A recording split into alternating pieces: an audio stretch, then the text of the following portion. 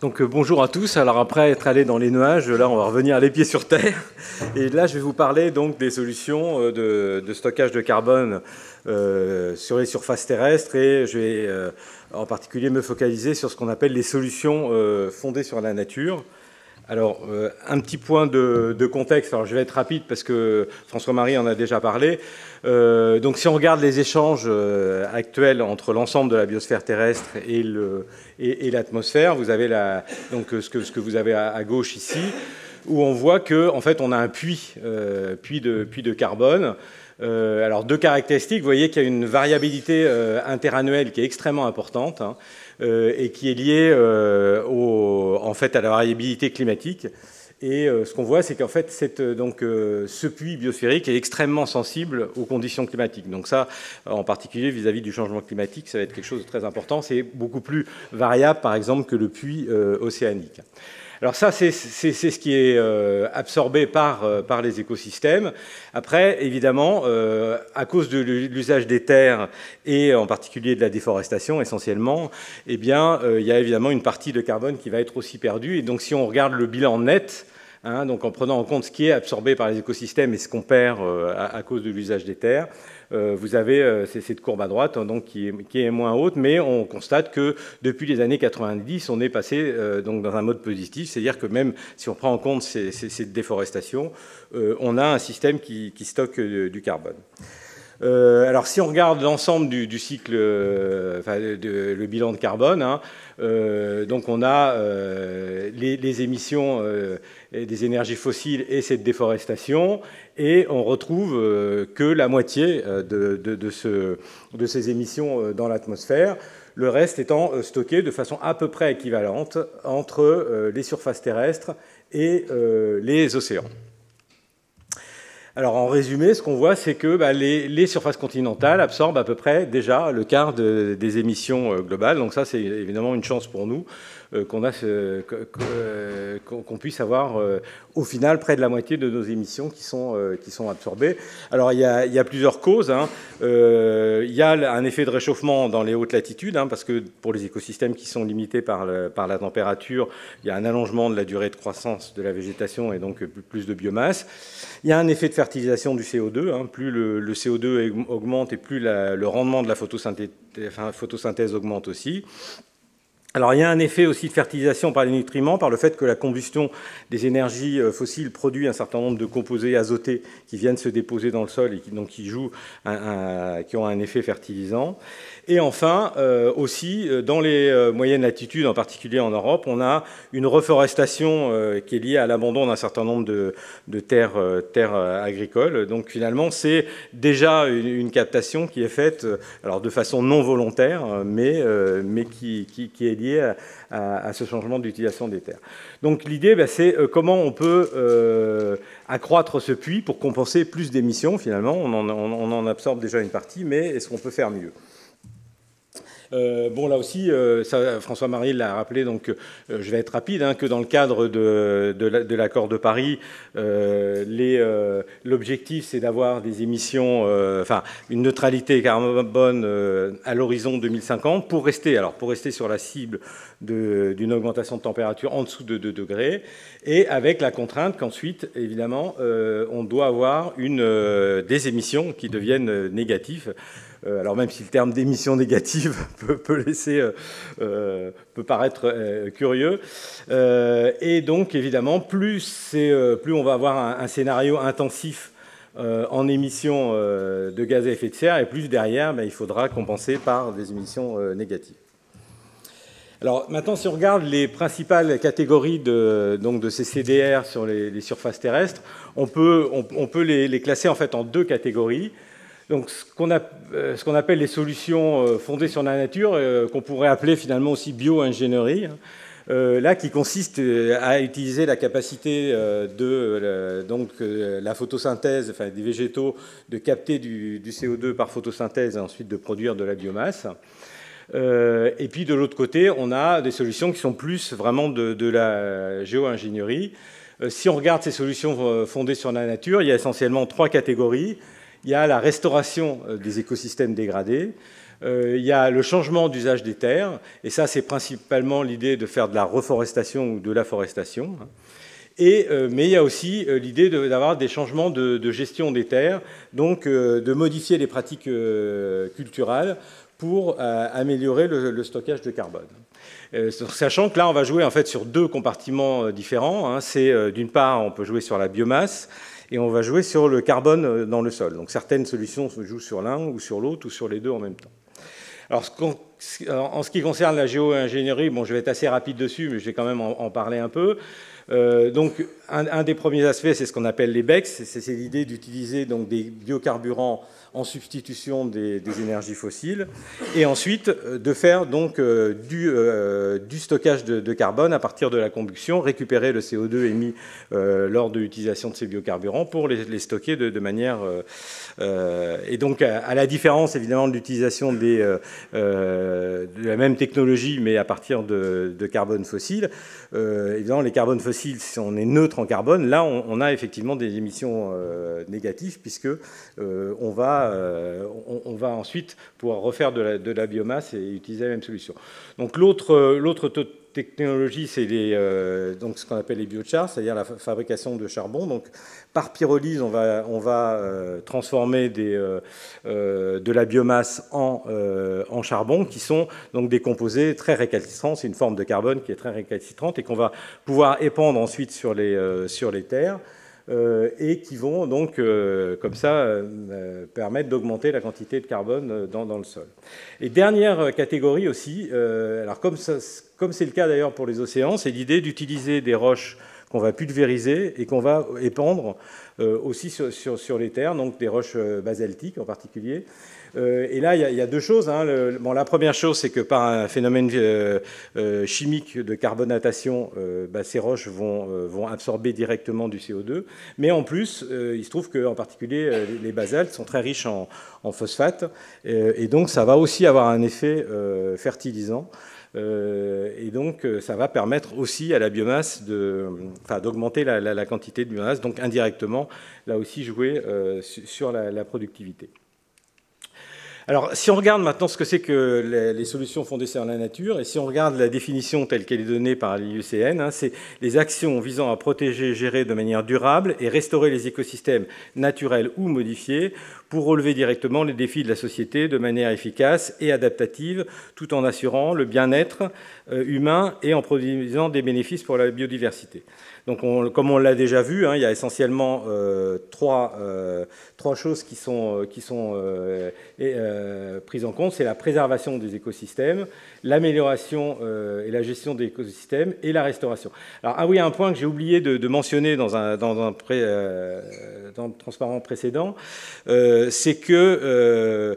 comme on le verra, en fait, dans ces solutions fondées sur la nature et qui sont en général mises dans la catégorie des CDR, il y a toute une partie qui est liée à la préservation en fait, des stocks existants. Et ça, évidemment, ce n'est pas directement des émissions négatives, hein, mais pour autant, c'est évidemment quelque chose de fondamental, parce qu'avant d'essayer de stocker du carbone supplémentaire, c'est vrai que la première chose, c'est d'éviter de perdre celui qu'on a et les stocks de carbone qui existent. Mais comme on le verra, il y a un peu une confusion dans ces notions.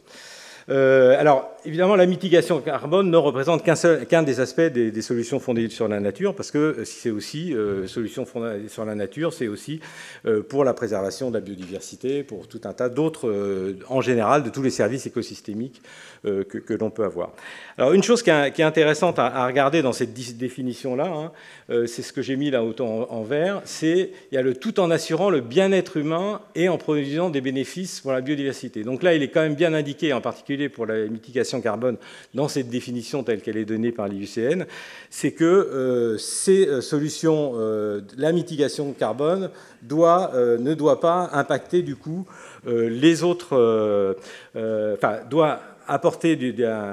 doit pas impacter l'humain directement, mais aussi la biodiversité. Donc c'est quand même un point qui est très important pour la suite.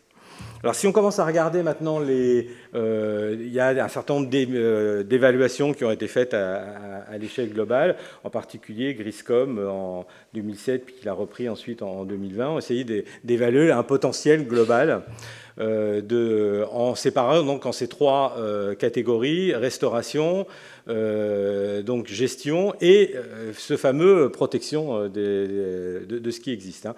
Donc vous voyez qu'il arrive à peu près à 11 gigatonnes de CO2, ce qui est à peu près le même ordre de grandeur que le puits actuel naturel hein, de la végétation. Donc c'est quand même quelque chose d'assez important.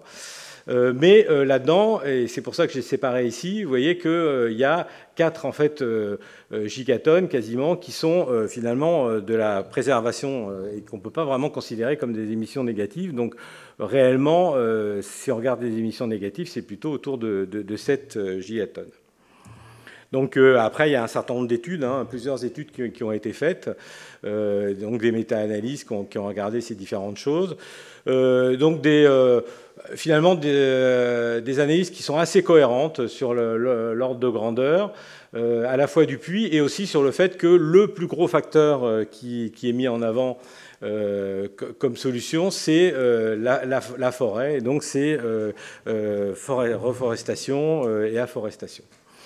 Alors, si on regarde aussi donc d'autres études, bon déjà dans le cadre du Global Carbon Project, maintenant il y a une évaluation qui a été faite récemment qui essaye d'évaluer ce qui est déjà actuellement mis en place en fait en termes de reforestation, et on arrive à une estimation d'à peu près 2 gigatonnes de CO2. Qui, alors, c'est pas forcément des choses volontaires. Hein. Là-dedans, ça prend en compte effectivement la reforestation de façon générale. Et puis ils ont regardé aussi d'autres choses. Alors, parce qu'il y a d'autres choses aussi qui sont importantes. Hein. Moi, là, j'en parlerai pas, mais c'est aussi le fait qu'un autre moyen, c'est dans l'exploitation du bois, c'est si on utilise du bois, par exemple dans du bois d'œuvre ou des choses comme ça, évidemment, ça aussi, c'est un moyen de faire des émissions négatives. Et donc là, ils arrivent à une estimation actuelle d'à peu près 0,2 gigatonnes. Et ils ont aussi essayé d'estimer ce qu'il y avait par les BECS. Et vous voyez qu'actuellement, évidemment, ça, c'est quelque chose qui n'est pas du tout encore mis en place. Donc c'est quelque chose de totalement négligeable. Et ensuite, il y a une méta-analyse qui a été faite par Doulet en 2024, qui a essayé de regarder un peu toutes les études, et qui a en particulier séparé les études en deux choses, c'est-à-dire des études qui ne prenaient en compte aucune contrainte, et des études qui prenaient en compte les contraintes liées au coût. Hein. Et là, ce qu'on voit tout de suite, c'est que les études, quand on ne prend pas en compte les coûts, on peut arriver évidemment à des valeurs extrêmement importantes, mais dès qu'on prend en compte des considérations un peu plus réalistes, évidemment, on a alors à la fois finalement là aussi des simulations. Enfin, donc vous voyez, hein, pour les différents types de solutions, on arrive à des choses qui sont relativement similaires, hein, les mêmes ordres de grandeur. Et là, si vous avez à gauche ce qui est par an et le cumul à 2 horizons temporels, à l'horizon 2050 et à l'horizon 2100. Et là aussi, finalement, des choses qui sont quand même assez cohérentes avec, vous voyez, quelque chose qui s'approcherait de 300 gigatonnes de CO2 à l'horizon de 2100, donc dans ces approches qui prennent en compte les coûts. Alors maintenant, je vais me focaliser un petit peu plus sur le cas français. Et pour ça, je vais me baser beaucoup sur un rapport qui a été fait par l'INRA, donc une étude collective qui s'appelle le rapport 4 pour 1000, et je vais y revenir. Et j'ai aussi, me suis basé, alors il y a eu d'autres rapports qui ont été faits, et je vous les indique ici, parce que comme ça, vous pouvez aller les regarder. C'est des rapports que vous pouvez télécharger, qui sont gratuits. Hein. Donc, il y a donc le ministère de l'écologie a mis en place un programme qui s'appelle l'évaluation française des écosystèmes et des services écosystémiques, et qui a fait un rapport en particulier sur le service de stockage de carbone. Et puis, il y a également l'Alliance Ancre qui a fait un position paper sur les puits de carbone. Donc là, qui intègre alors toutes les, pas uniquement hein, l'aspect solution fondée sur la nature. Hein, là, ça aborde tous les aspects des CDR. Mais voilà. Donc si vous voulez aller y faire un tour, il y a des choses intéressantes à voir. Si on regarde maintenant les stocks et les puits de carbone donc dans les agrosystèmes en France, ce qui ressort très clairement, c'est qu'à la fois en termes de stock et de puits surtout, c'est vraiment la forêt qui représente la plus grande quantité de stocks de carbone et de puits.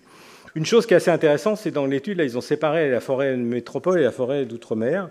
Alors oui, j'ai oublié de dire, et donc par contre, ce qu'on voit, c'est que les cultures qui pourtant représentent la surface la plus importante, représentent un faible stock de carbone et quasiment pas de puits.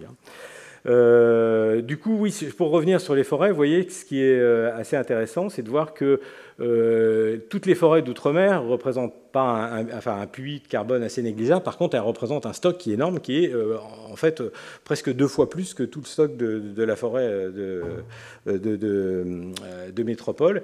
Et donc là, on voit quand même toute l'importance, évidemment, en tant que la France a sur la préservation de ces stocks de forêts tropicales, puisqu'on a finalement quand même des surfaces assez importantes. Alors, ce qu'on voit, c'est que donc, la forêt, ça représente le plus grand stock, et puis, mais d'un autre côté, en fait, on a assez peu d'espace pour la reforestation qui sont disponibles, et donc c'est plus en fait sur les stocks dans les sols qu'on va pouvoir jouer.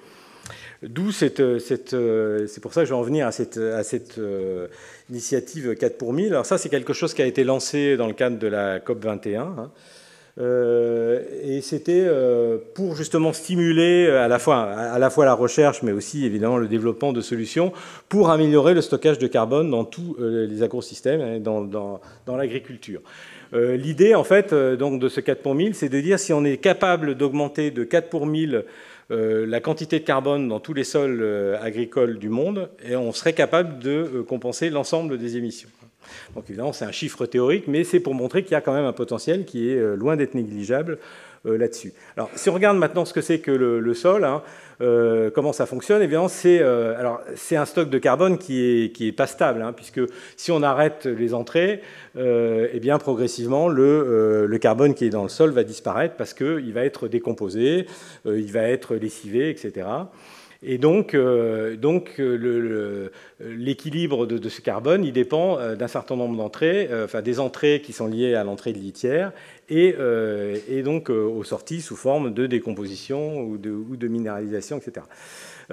Et donc ce qu'on voit, c'est que si on augmente les entrées et que les entrées deviennent plus importantes que les sorties, on va augmenter ce stock de carbone dans le système. Maintenant, si on regarde la cinétique du carbone dans le sol, si on rajoute de la matière organique fraîche dans le sol, ce qui se passe, c'est que on a à peu près la moitié de cette matière organique qui se décompose très rapidement, donc en 2-3 ans. Donc c'est la cellulose, c'est les sucres, etc.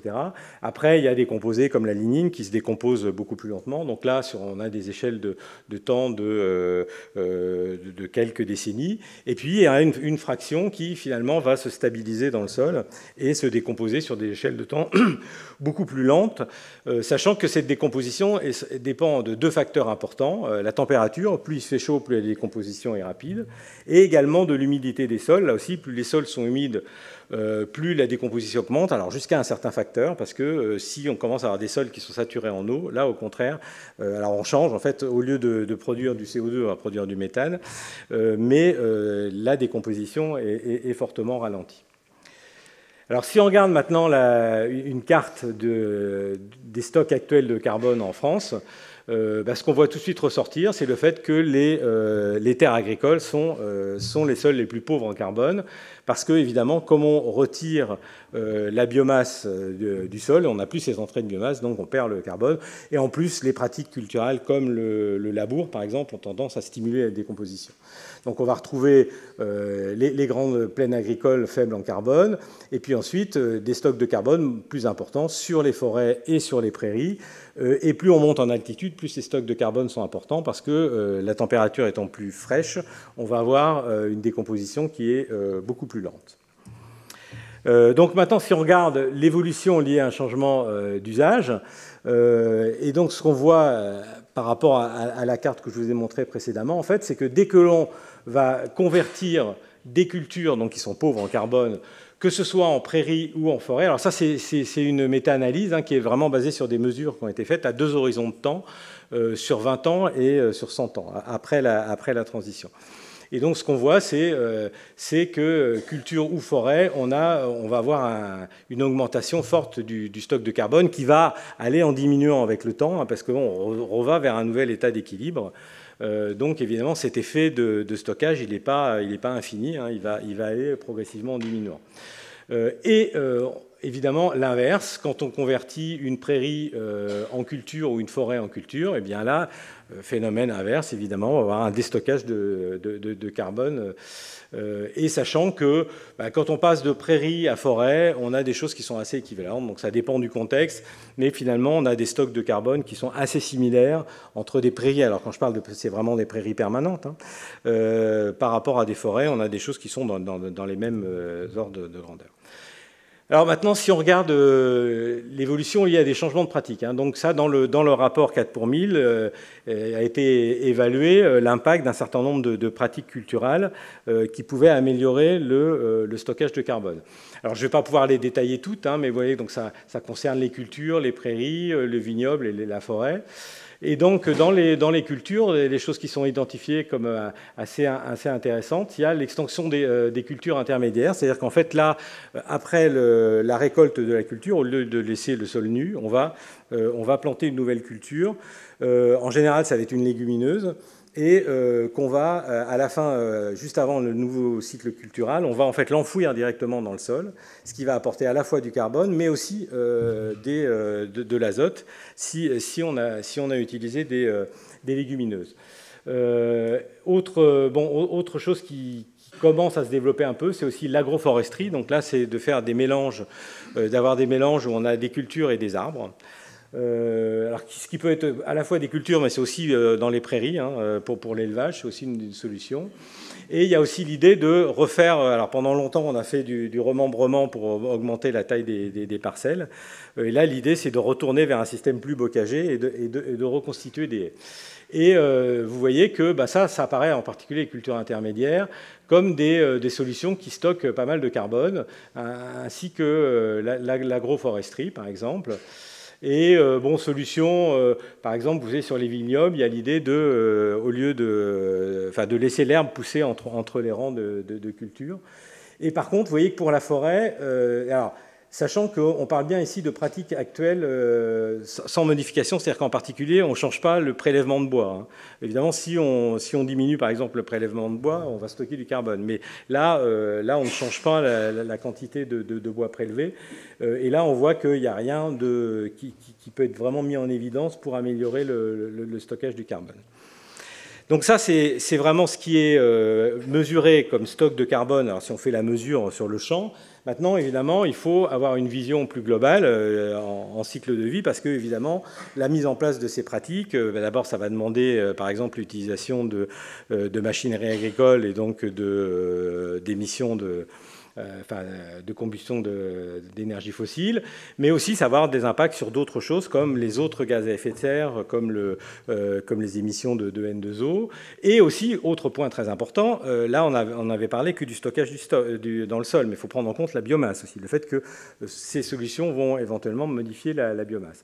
Alors si on prend notre culture intermédiaire, vous voyez que, évidemment, là il va falloir les planter, etc. On va utiliser des tracteurs, donc ça on va émettre du CO2, mais par contre, on va avoir une meilleure utilisation de l'azote dans le sol, parce qu'elles vont repomper de l'azote et qu'éventuellement, ça va diminuer les intrants qu'on va mettre. Et ça, donc, on va diminuer les émissions de N2O, qui sont un gaz à effet de serre très important aussi.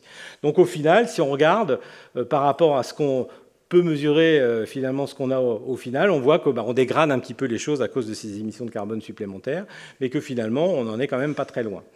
Par contre, alors, cas intéressant, vous voyez, l'agroforesterie et surtout les haies. Les haies, tout à l'heure, on voyait qu'en fait, en termes de stockage de carbone, ça apporte vraiment pas grand-chose. Par contre, en termes de, finalement, parce qu'on va produire pas mal de biomasse supplémentaire, ça va avoir un effet en termes de stock de carbone qui va être très important. Et c'est aussi le cas pour l'agroforesterie. Et maintenant, il faut rentrer évidemment dans les considérations économiques aussi, puisque ça, c'est évidemment une autre contrainte qui sont quand même très importantes. Et là, en fait, si on regarde l'estimation du coût, malheureusement, ce qu'on voit, c'est que ces solutions qui apparaissent comme comme très intéressantes d'un point de vue stockage de carbone, c'est aussi des solutions coûteuses, hein, parce que là, évidemment, il va falloir acheter des semences, il va falloir les planter, les arbres, etc. Et donc évidemment, ça a un coût, et ça pose la question de, pour qu'elle soit réellement implémentée, il faut qu'il y ait une aide, ou que ce soit... Enfin, c'est un élément qui est important de prendre en compte. Alors, maintenant, évidemment, ce qui est important, c'est de regarder les limites et les risques de toutes ces approches.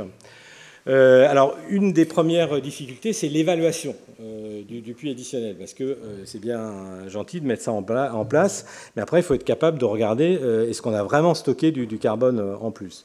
Et ça, évidemment, c'est très compliqué. Idéalement, ce qu'il faut pouvoir faire, c'est faire des mesures sur site, donc regarder le carbone dans la biomasse et dans les sols à l'instant T, et puis revenir 20 ans ou 30 ans après pour voir ce qui s'est passé. Mais ça, évidemment, c'est très coûteux, surtout si on veut développer ça à des échelles beaucoup plus grandes. Donc après, les autres solutions, c'est d'utiliser des méthodes statistiques, d'utiliser des modèles qui vont nous permettre d'avoir des choses à plus grande échelle, mais qui ont évidemment une incertitude, qui ne vont pas être aussi précises que d'effectuer des mesures sur le sol. Donc ça, c'est vraiment une question importante. Deuxième point, c'est le problème de la pérennité du stockage. Parce que, comme je l'ai dit, alors contrairement à l'enfouissement, enfin théoriquement à l'enfouissement profond du carbone, on peut se poser ici la question de savoir s'il y restera longtemps. Mais là, on sait qu'effectivement, c'est un système instable, puisque, en particulier dans les sols, ça ne fonctionne que quand on maintient nos entrées par rapport à nos sorties. Et en particulier, le problème, c'est que si on met en place des pratiques stockantes, par exemple dans les cultures, si on revient, on change les modes de culture au bout de 5 ou 6 ans, eh bien, on va tout reperdre à nouveau. Donc on est obligé, ça pose vraiment des questions vis-à-vis de la pérennité du stockage. L'autre point important, c'est le conflit avec d'autres services écosystémiques. En particulier la biodiversité.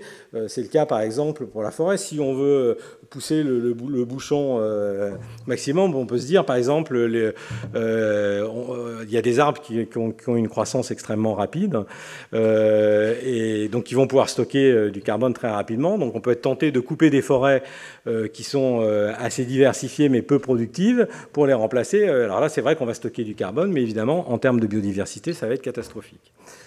Alors l'autre point qui est peut-être encore plus important, c'est le problème du conflit d'usage des terres vis-à-vis, en particulier de la sécurité alimentaire.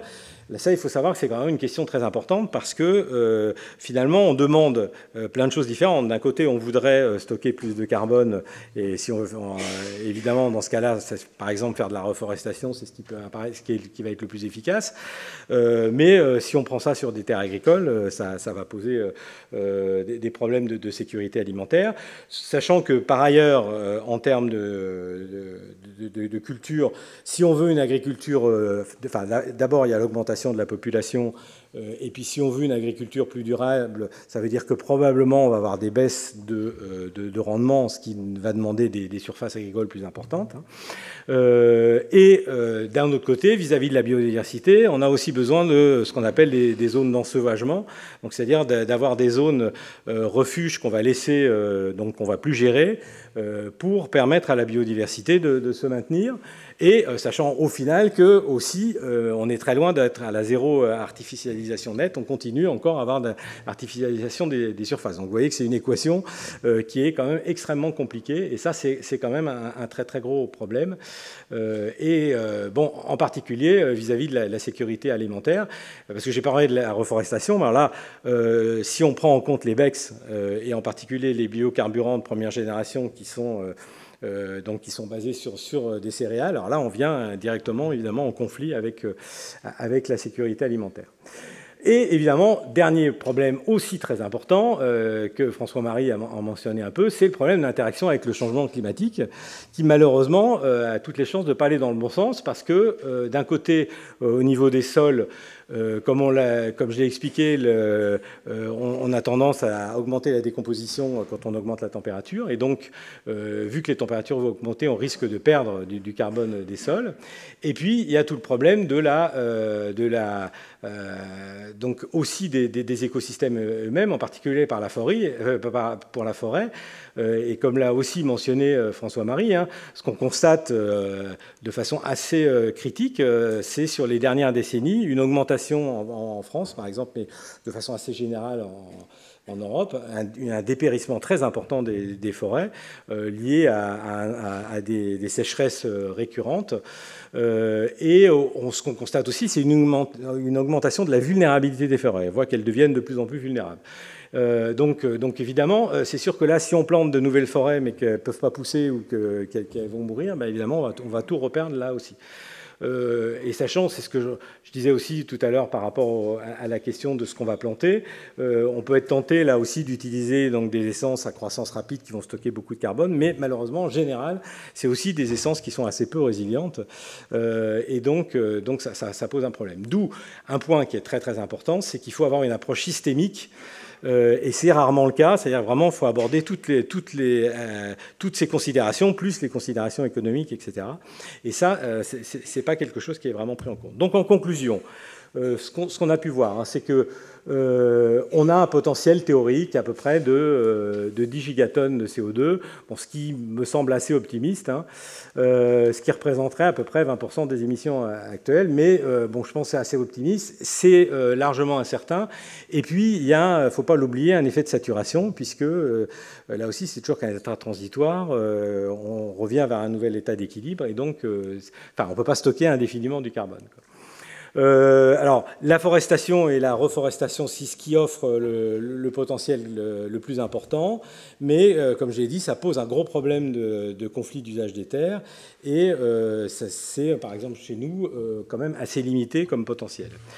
Donc la modification des pratiques culturales, ça offre un potentiel qui est assez intéressant, avec des choses comme les cultures intermédiaires ou l'agroforesterie, d'autant plus que ça a aussi des co-bénéfices, hein.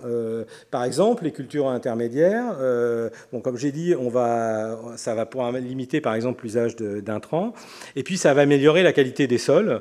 Donc par exemple, on va avoir des sols qui vont mieux retenir l'eau, etc. Et donc ça peut permettre d'augmenter les rendements. Dans le cas, par exemple, de l'agroforesterie, alors là, ça dépend des zones. C'est sûr que dans le nord, on va avoir des choses qui vont être probablement... l'effet d'ombrage peut avoir un effet négatif. Par contre, il y a des études qui ont montré que dans le sud de l'Europe ou dans les zones limitées par l'eau, on peut avoir un effet largement positif et augmenter au contraire les rendements grâce à l'agroforesterie. Alors ça pose, bon, il y a, comme je l'ai dit, le problème du coût économique, parce que évidemment, ça pourra être mis en place que si on peut économiquement financer ça, hein. Et ça pose aussi un problème d'équité dans la mesure où finalement c'est les sols les plus dégradés qui offrent le plus de potentiel, mais finalement donc on va se dire plus de potentiel qui, si on met en place des crédits carbone par exemple, vont pouvoir récupérer plus de crédits carbone. Donc ça peut poser un problème là aussi. Et puis, l'autre point important, c'est vraiment l'impact avec les autres services écosystémiques, hein. Donc, ça, c'est le gros risque de ne considérer que la mitigation carbone, qui risque donc de dégrader tout un tas d'autres services écosystémiques et la sécurité alimentaire en particulier. Et comme j'ai dit, je pense que ça, vraiment, le point très important, c'est la nécessité d'avoir des approches systémiques, de bien prendre en compte tous les éléments, et aussi de mettre en place des suivis à long terme, donc des observatoires pour regarder ce que l'on a. Voilà.